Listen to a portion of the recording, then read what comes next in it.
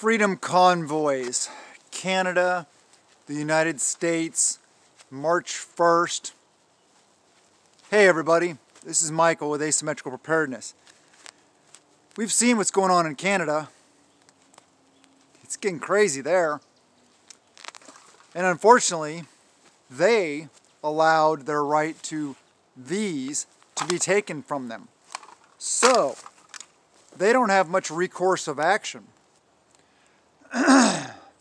Heard stuff about trucker convoys, freedom convoys, coming to the United States. Something about March 1st, Washington, D.C. And you know those barriers that they put up in during the elections? Those going back up, either now, shortly, whatever. And so I'm thinking potential for false flags. People have been talking a lot about that lately, Russia-Ukraine thing. You know, Ukraine's saying Russia's going to do a false flag, so they have an excuse to attack. Ukraine is saying, or Russia's saying the same thing about Ukraine. Yeah. It's true. They happen. So could this be one of those times? It's like the January 6th insurrection. Oh my gosh, the coup, the horrible, perpetrated by actors. The ones doing the real bad things, the ones walking around, the ones walking in, stuff like that. Those were probably real people actually there because they thought it was important to be there and have their voices heard. But anyway, yeah, we see it happening. We know it happens. We know there's potential for it. And we know that there's paid actors. We also know that there are agitators, whether they're paid or not. Sometimes people just like to go out and cause a stir. So this is a good time to keep your head on a swivel. This is a good time to make sure that any of your security and defensive plans are in order. It's a really good time if they do any of those kind of blocking down highways and or such, the truckers, that you have your preps in order. You have your food squared away, your water squared away, your daily consumables squared away. What do you use on a daily basis? I've talked about that in the past. Analyzing what you use in a day. One good way that I do it on a continual basis, it's usually part of my changing seasons, like I talked about that in a video, routine. So what I do is I will, a couple times a year, 4 times a year approximately, I will carry a little notebook and pen around with me. And everything I touch and use, I write down. I'll write down toilet paper. I'll write down glass. I'll write down water. I'll write down food. I'm not necessarily going to write down what food. I'm just going to write food.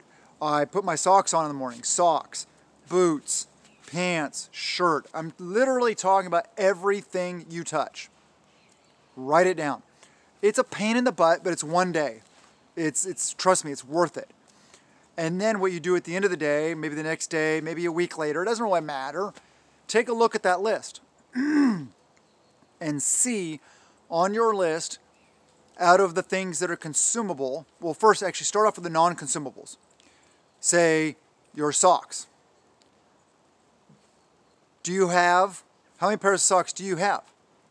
Are they good quality? Do you have merino wool socks or wool socks? Do you have warm weather socks, cold weather socks?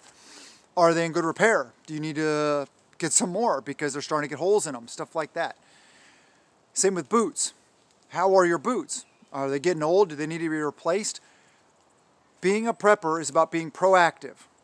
So you got to stay on top of things. If your boots need replacing, your shoes, good quality footwear, whatever, replace it as soon as you can. Keep the old pair. Maybe keep using them until you wear them out. Having that good pair on standby, ready to go. If you have enough money to keep several extra pairs, great. Or what you do is you wear the boots you're wearing until they get to a point where you really want to transition to the new ones, and then keep the old ones. Maybe if there's some parts of the boot that are coming like fraying off or something like that, maybe shoe glue them up really well. and then set them off to the side. Put them in a prepping box, something like that. Make sure the shoe goo dries first, though, and airs out, so your entire prepping box doesn't smell like shoe goo. It's some pretty wicked stuff. But anyway, so look at your non-consumables like that first. Then move on to your consumables and take a look at what you have in store, in your house, in your preps. Say toilet paper, for example. Do you have 50 years of toilet paper in your garage? Oh man, that whole toilet paper thing last year and the year before was funny, hysterically funny to me. Yeah, because you don't need toilet paper. I've been in a lot of countries in the military where, yeah, there was no toilet paper, except for stuff we had with us. Yeah, there are lots of other ways to wipe your booty. We need to be aware of these things, because if the supply chain gets interrupted, shut down for whatever reason, if it's for a freedom convoy, which is thumbs up, fully support, or if it's some kind of collapse situation, whatever it is that causes a disruption in the food, in the supply chain, will impact what's at the store and your availability to get those items. Another thing we've seen recently, the bird flu thing, and the availability to get chicken will be impacted, period. I mean, it will. Whether it's just increased prices, less at the store, shortages, availability. Like I said, keep in mind these things. That's why keeping your head on a swivel isn't just about your personal situational awareness, like the area surrounding you, keeping yourself safe, knowing where the exits are, stuff like that, knowing where the fire alarms are, knowing where the medical kits are, knowing where the fire extinguishers are, all that kind of stuff. It's not just that. It's what's going on in the world around us, what's going on up in Canada, what's going on in Ukraine, what's going on in Washington, D.C., what's going on in Olympia, for me, Seattle, the whole Chaz thing. Oh yeah, that was funny. Not funny, not funny. But anyway, yeah, if you keep up on things and you are aware of what's going on in the world, you can be proactive more effectively. That's what I was trying to say. Because yeah, if what happened in Canada comes here, do you think our government will treat us any differently? You think law enforcement would treat us any differently? Depends on the area, but probably they're going to trample us with horses. Probably. I don't know. But yeah, I mean, like Australia is still crazy. Now Canada's going crazy. We've been at crazy for a while here. We're kind of maybe in a little lull, but you know, there's just craziness popping up all around the world right now, right? And the talk of being on the brink of World War III, Russian invading Ukraine, all this stuff. Times are not, they're getting pretty sketchy, pretty bad, to put it bluntly. So what can we do though? That's the important part. Isn't just to let that stuff get us down and worry. What can we do about it? That's what we need to be concentrating on. What can we do about 150,000 troops on the Ukrainian border? Nothing. How is that going to affect us? Oil? Food? Water? How is it going to affect us? Gas prices going up? Ukraine is a very large supplier of wheat, I believe. So how would that affect us? A lot of things are made out of wheat, right? What if we enter into a conflict? Look back at World War II. How were the people affected then? Do you think our government would empower us now to do victory gardens like the government did back then? To provide for your own food? To help support the war effort? No, I think they just come and take what they wanted. I think that they would try to identify preppers like you and me and come and take our stuff. So you got to think about what are you going to do about that? Are you going to roll over and say, here, come and take it? What other options do you have? Are you going to run? Are you going to hide? Are you going to bury it? Are you going to relocate it? Those are some options. Are you going to pick this up when they show up? That's crossing a line. Big time. I don't advocate the use of violence or force unless absolutely necessary. War, conflict, violence is a last resort. But it needs to be available as a resort. That's why the right to have these is very near and dear to my heart and who I am. Because I know that barring luck, barring overwhelming odds, barring, a lot of different things that could happen, I have a much better chance, ability to protect and defend those I care about and or my property, my livelihood, my freedom.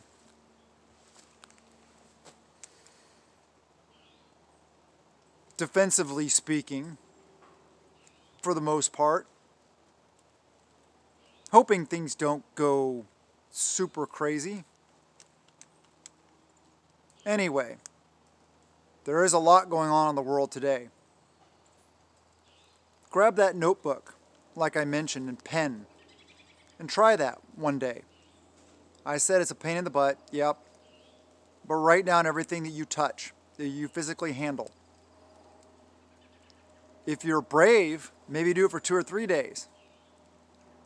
Write down everything, I'm serious. Except for maybe TV remote. That's not going to do you any good in an SHTF scenario or whatever scenario. But things like cell phone, that is important. You got to remember, or you might want to remember to take your cell phone with you. You might not.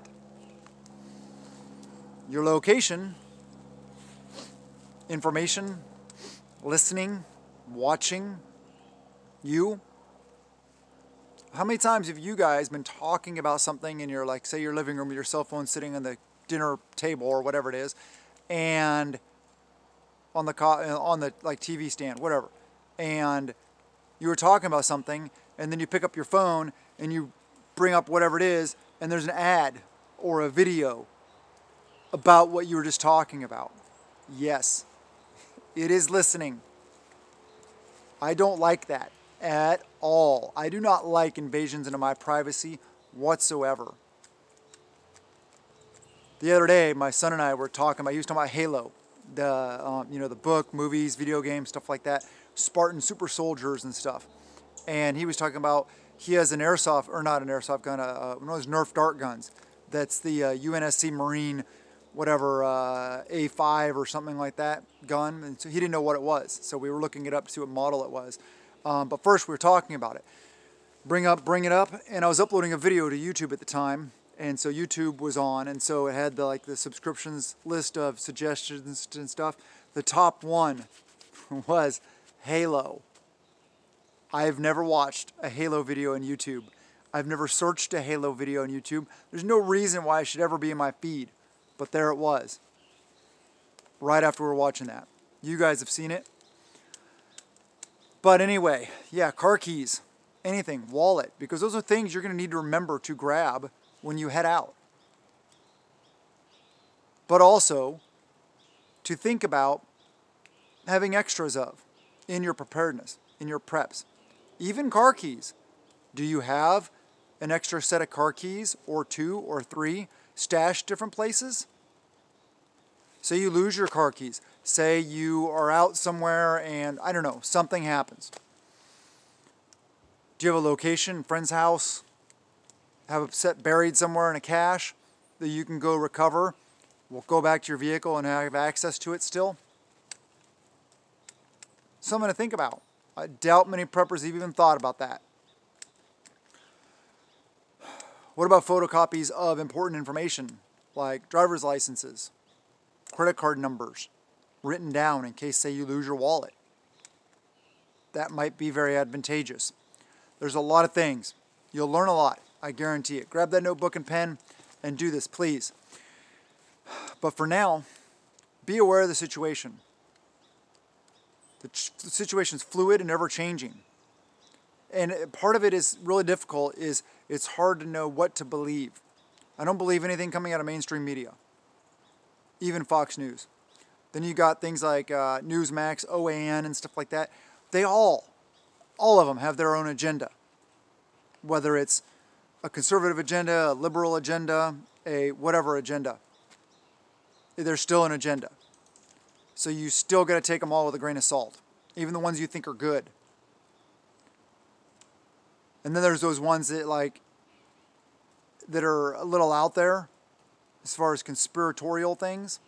But what's funny is a lot of things that, 10, 15, 20 years ago were wacko conspiracy theories are now coming true. So how far out there are they really? I get it. I'm not a huge conspiracy theorist. I recognize the fact that there are conspiracy theories out there, but I also I also think about the fact that everything is not a conspiracy. Level-headed, keeping your wits about you, very important in these times. But anyway, please subscribe. Please check out Patreon. It's $1 a month. Hundreds of videos, good content. Links in the description below, the top link. And share the videos. Give me the thumbs up, please, if you feel so inclined. I really appreciate you guys' support. You guys are awesome. Love it. I really enjoy this process of talking to you guys, hopefully empowering and uplifting you guys, and maybe teaching you something along the way also. Helping you to be better prepared.